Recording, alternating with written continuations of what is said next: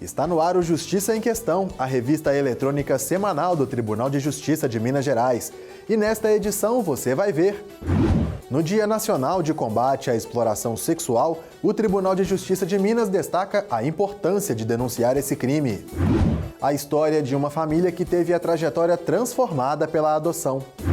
E ainda, uma entrevista com a desembargadora que coordenou a elaboração de um livro com histórias de quem adotou. O conceito de adoção é apresentado como o processo legal que reconhece a aceitação espontânea do filho de outra pessoa como parte integrante de uma família. O que essa definição não conta é que adotar pode transformar a vida dos pais e a de quem está ganhando um novo lar. Nós vamos conhecer agora a trajetória de uma família que também foi transformada por esse gesto nobre. O seu amor é tão grande, incondicional. Tatiane e Newton sempre sonharam em ser pais. O casal já tinha até escolhido o nome da criança. O que eles não imaginavam é que o filho esperava por eles em uma instituição de acolhimento. Eu sempre, no meu coração, eu falava com meu esposo que se fosse menino se chamaria João Vitor.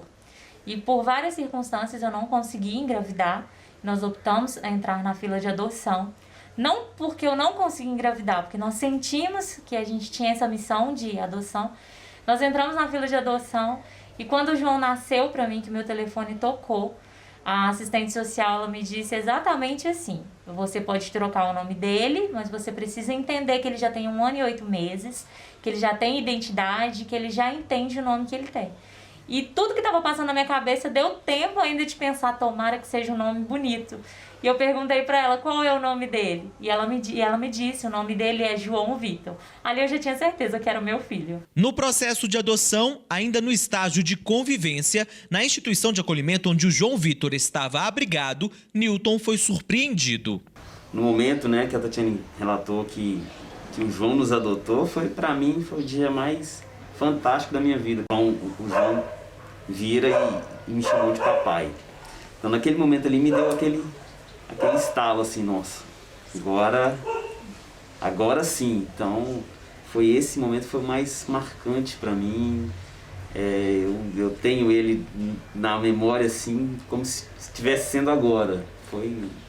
Para mim foi o mais marcante de todos. Todas as circunstâncias que envolvem a criança acolhida até o pós-adoção passam pela avaliação de uma equipe multidisciplinar formada por psicólogas e assistentes sociais da Vara da Infância e da Juventude. As equipes técnicas atuam desde a reavaliação da situação de acolhimento das crianças, que pela lei é realizada no máximo de 3 em 3 meses, elaborando laudos que respaldam os magistrados nas suas decisões. E quando da impossibilidade de retorno à família de origem, sugerem a destituição do poder familiar e o encaminhamento para a família adotiva. No caso dos pretendentes, as equipes atuam avaliando as pessoas que se dispõem a adotar, seja nos estudos que são feitos, seja também nos cursos preparatórios para a adoção. Quem tem interesse em adotar uma criança precisa seguir alguns critérios. Ser maior de 18 anos, pode ser de qualquer estado civil, gênero ou orientação sexual e deve procurar a Vara da Infância e da Juventude ou Fórum da Comarca. Precisa também realizar um cadastro no Sistema Nacional de Adoção. A maioria das crianças e adolescentes com idade entre 9 e 18 anos é da etnia negra e do gênero masculino. As crianças mais novas, em sua maioria meninas e brancas, são as mais procuradas para a adoção. Essa psicóloga diz que é importante aos pretendentes à adoção se informarem para que possam lidar melhor com as singularidades daqueles que esperam por uma família. E o pretendente costuma buscar crianças, que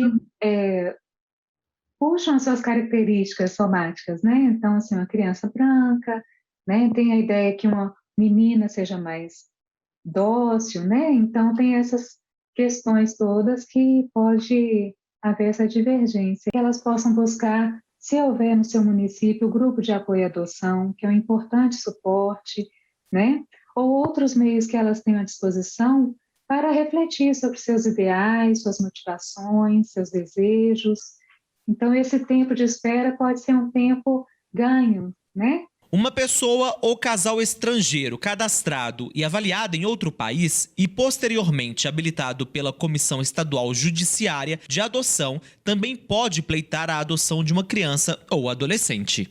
E uma vez que a comissão entenda por bem que esse casal ou essa pessoa esteja apta a adotar uma criança ou um adolescente nacional, aí sim nós vamos indicar esse pretendente e posteriormente habilitá-lo para a adoção. A adoção ela é benéfica para ambas as partes envolvidas, né? Porque ela é ato de amor e é também ato de recebimento de amor. Então, uma pessoa que se dedica a isso, que tem esse interesse para adotar, ela vai receber muito também, seja adoção nacional ou internacional. No próximo bloco, no Dia Nacional de Combate à Exploração Sexual, o Tribunal de Justiça de Minas destaca a importância de denunciar esse crime.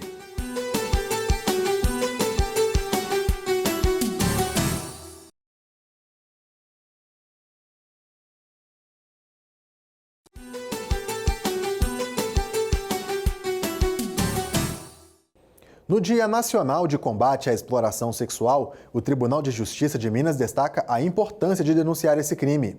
Em Muzambinho, a Justiça foi pioneira em assegurar que crianças vítimas dessa violência sejam ouvidas de maneira humanizada. O dia 18 de maio foi escolhido para simbolizar o combate à prática do abuso e da exploração sexual de crianças e adolescentes no país. A data faz referência à memória de Araceli Campos, menina de 8 anos que morreu após ser espancada e estuprada. O crime aconteceu em Vitória, no Espírito Santo, em 1973. Os anos passaram e esses crimes continuam fazendo vítimas. Infelizmente, é um panorama muito grave ainda no nosso país. Nós tivemos, no ano de 2020, quase 77 mil registros de denúncias de violações de direitos de crianças e adolescentes, mas de todas as formas de violência. A violência sexual teve aí perto de 14 mil registros ao longo do ano. Mas quando você lembra que espera-se, né, estima-se que a subnotificação da violência sexual é de 1 para 20, então a gente vê aí um quadro gravíssimo, né? Um levantamento feito ano passado pelo Ministério da Mulher, da Família e dos Direitos Humanos revelou que 52% dos casos de abuso e exploração sexual infantil ocorreram dentro da própria casa da vítima. E que de cada 10 casos, apenas 1 foi notificado às autoridades.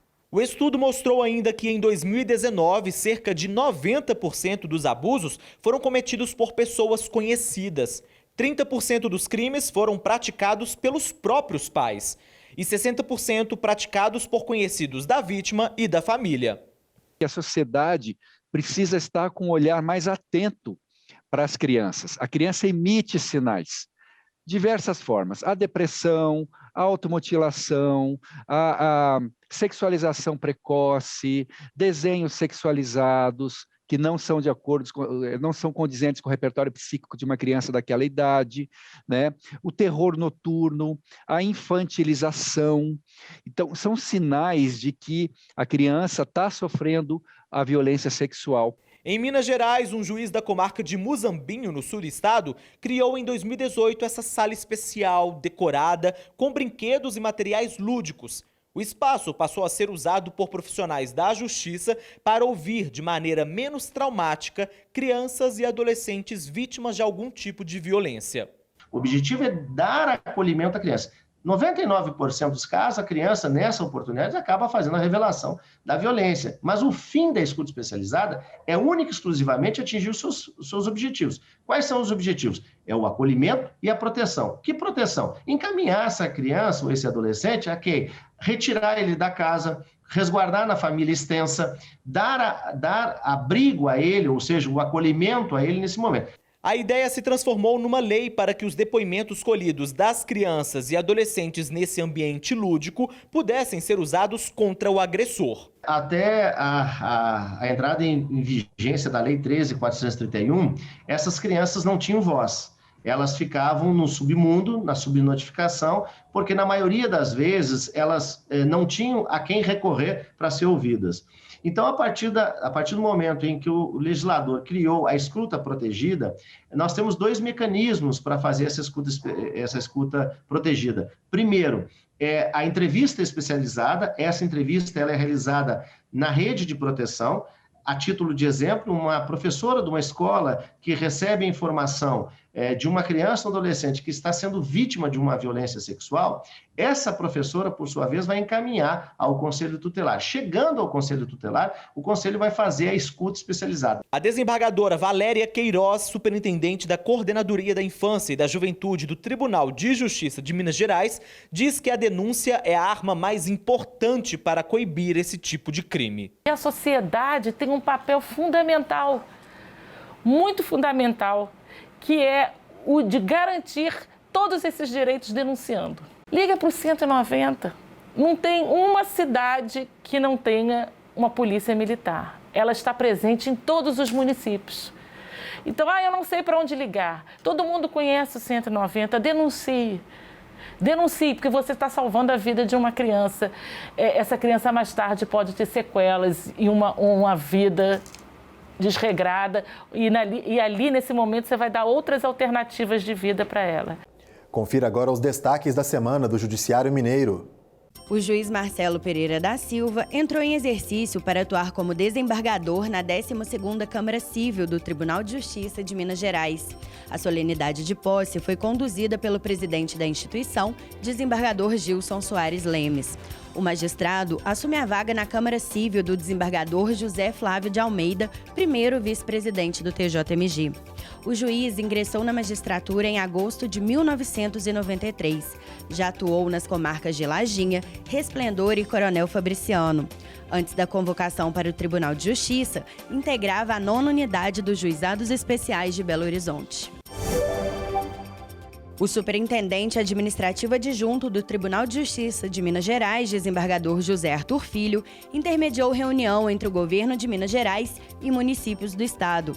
Representado pela Associação Mineira de Municípios, o grupo reivindica o repasse de aproximadamente 7 bilhões de reais de verbas da saúde que estão em atraso. As duas partes acenaram de forma positiva para um acordo. O desembargador José Arthur Filho, que representou o presidente Gilson Lemes, disse que um novo encontro deverá ocorrer nos próximos dias. Estado e município deverão apresentar propostas. A solução do conflito por meio da conciliação poderá evitar dezenas de ações na Justiça. A 7ª Câmara Civil do TJMG determinou que uma servidora pública da cidade de São João do Paraíso tenha carga horária de trabalho reduzida de 40 para 20 horas semanais para cuidar da filha, diagnosticada com toxoplasmose congênita, microcefalia e deficiência visual. Na decisão, foi destacado que mesmo o município não tendo uma lei específica para disciplinar a questão, a Lei Federal 8.112 do ano de 1990 e a Lei Estadual Mineira 9.401 de 1986 autorizam a redução de jornada de trabalho. Agora uma novidade. Você vai conferir as informações apuradas pela equipe da Rádio TJMG. A jornalista Flávia Carneiro tem os detalhes. Flávia?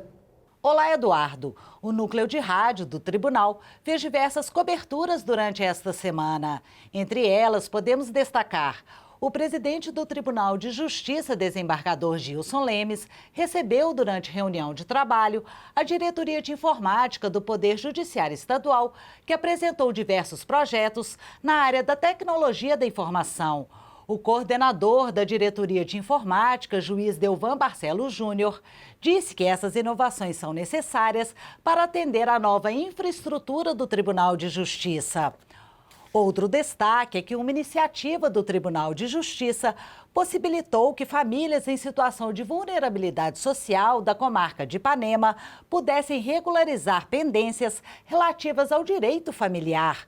O projeto Recomeçar, desenvolvido pelo Centro Judiciário de Solução de Conflitos e Cidadania da Comarca de Ipanema, fez com que crianças e adolescentes de famílias carentes assegurassem direitos básicos, como o recebimento de auxílio e pensão alimentícia. A comarca de Ipanema fica no Vale do Rio Doce e possui população de 20 mil habitantes.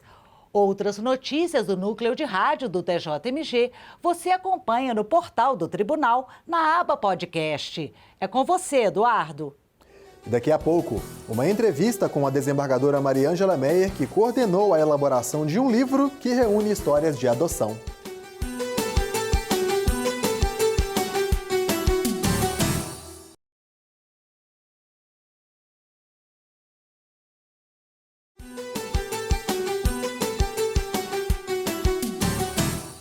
A data de 25 de maio foi instituída como Dia Nacional da Adoção.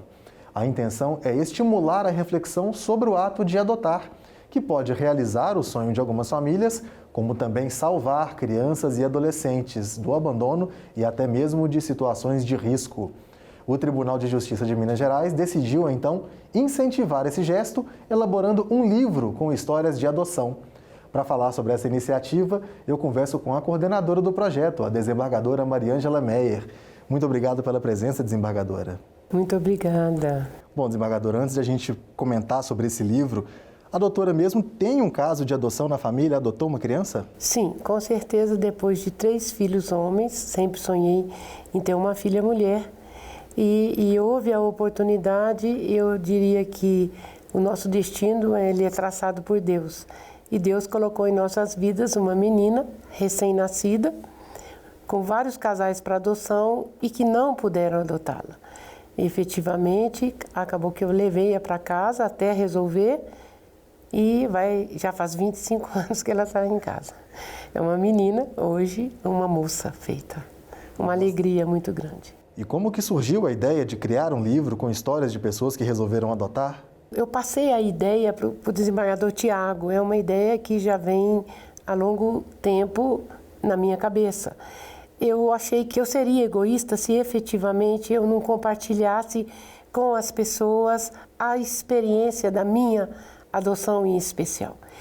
E eu acredito que muitos outros casais que eles puderam ter a chance de adotar e que essa adoção deu certo. Então, a ideia era compartilhar experiências desses casais que adotaram, e pessoas também, no sentido de que elas pudessem colocar no livro tudo que foi de bom e até os percalços pelos quais passaram.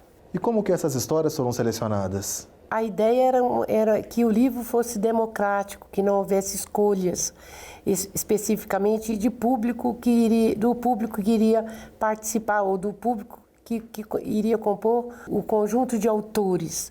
Então, foi aberto um edital pela escola, dando oportunidade não só aos magistrados, desembargadores, assessores, servidores e até o público externo que quisesse e poderia participar.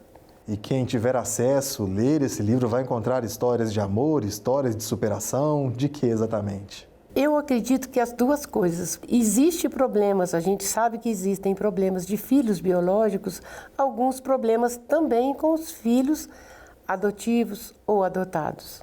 Então, efetivamente, existe essa probabilidade de problemas que surgem, mas a gente conseguiu ver nesse livro, são trazidos muito mais fatos de alegria, de satisfação e sobretudo, de momentos felizes que são registrados e retratados no livro. Quem parece estar satisfeito também de ter feito essa escolha é o desembargador aqui da casa, o desembargador Bruno Terra Dias, que mandou um depoimento para a gente. Vamos acompanhar. Sou pai adotivo de 3 crianças e participo do livro da Escola Judicial. Por quê?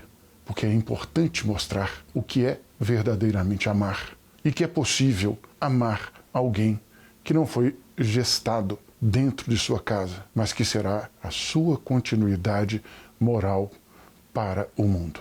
Nós recebemos também um depoimento de uma dessas mães que colaborou com o livro, a servidora Magali, que nos mandou um depoimento sobre a experiência de adotar 2 meninas. Com a Maria Clara foi a questão de ser excepcional. Tá? Então, assim, a dificuldade, não de aceitação minha, apesar de eu não ter tido nenhuma experiência anterior na minha vida com uma criança excepcional. Então, foi um novo para mim, foi uma história nova.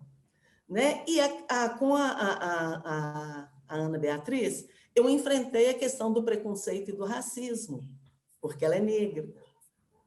Então, eu falo que eu tive que lidar com duas margens, né?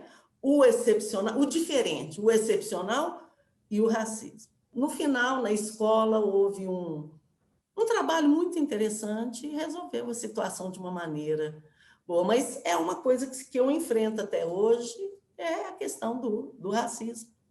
Desembargadora, acompanhando esses relatos, dá para dizer que a adoção pode transformar famílias inteiras ou até transformar um indivíduo? Com certeza. A adoção, ela faz com que haja realmente uma mudança. É uma mudança pessoal naquele que adota, há uma mudança nos familiares que acabam tendo consigo um laço diferenciado, que no momento em que acontece a adoção, e as pessoas precisam de saber que a adoção é plena, ela transforma aquele filho adotivo em filho legítimo para todos os fins e, sobretudo, para fins de amor, afeto e carinho dos dois lados. É impressionante como a recíproca é verdadeira sempre. E como que a senhora imagina que esse livro pode ajudar nessa temática da adoção? É justamente isso que fez com que esse projeto chegasse ao ponto que ele acabou chegando. A preocupação de muitos que lidam nessa área é com o desmistificar essa cisma que existe de risco na adoção. Essa cisma, ela existe. Será que eu vou adotar uma criança perfeita? Será que eu vou adotar uma criança problemática? Será que tipo de problemas que eu terei? E no entanto, ninguém pode afirmar numa perfeição ou num ideal de filho biológico. Pode acontecer com os próprios filhos, porque não na adoção. Mas essa experiência, esse livro e esse projeto busca justamente convencer e estimular e fazer com que pessoas que tenham essa pretensão, elas quebrem esse tabu que possa existir na cabeça delas e as levem a abrir os corações, porque esse é o título do livro, abrir os corações para acolher. No momento em que a gente abre o coração para acolher, parece que o universo conspira a favor. E com certeza só pode dar certo como deu para todos estes que participaram, fizeram questão de participar do livro. Desembargador, eu tenho aqui nas mãos um exemplar do livro, mas o lançamento para o grande público acontece quando? Exatamente no dia 25 de maio, agora próximo, Dia Nacional da Adoção. Vai haver uma live cujo objetivo é justamente o lançamento. As pessoas interessadas poderão tranquilamente se inscrever. Quanto maior número de pessoas puderem participar, maior vai ser a divulgação desse livro. Então, o objetivo é justamente esse, de levar o conteúdo desse livro ao conhecimento do maior número de pessoas, entidades, instituições e órgãos que estejam tratando da adoção e incentivando a adoção. Até também para estimular essas pessoas a adotarem, a acolherem crianças que talvez possam vir a se encontrar em situação de risco? Com certeza, exatamente tirar das ruas, porque até a adoção tardia tem sido tratada com uma ênfase maior, porque todos querem um recém-nascido, uma criança de poucos meses e de poucos anos de vida, acreditando que com isso elas vão conseguir moldá-las ao seu estilo e à sua forma de ser, a sua forma de pensar. Mas amor não tem idade nem tamanho, não é? Exatamente. Então, tudo tem mostrado que as coisas não são do jeito que as pessoas gostariam que fosse, mas podem ser melhores quando elas estão dispostas a oferecer para aquela criança tudo que ela está precisando e, sobretudo, tirá-las da situação de risco, como foi dito. Muito obrigado pela participação, desembargadora. Foi uma satisfação. O Justiça em Questão fica por aqui, mas o nosso conteúdo está disponível na internet. Você pode acompanhar pelo nosso canal. Acesse youtube.com/Justiça em Questão. Para enviar mensagens, críticas ou sugestões, escreva um e-mail para justiçaemquestão@tjmg.jus.br ou para o nosso WhatsApp. O telefone é 31 98462 1532. Um grande abraço para você e até a próxima edição.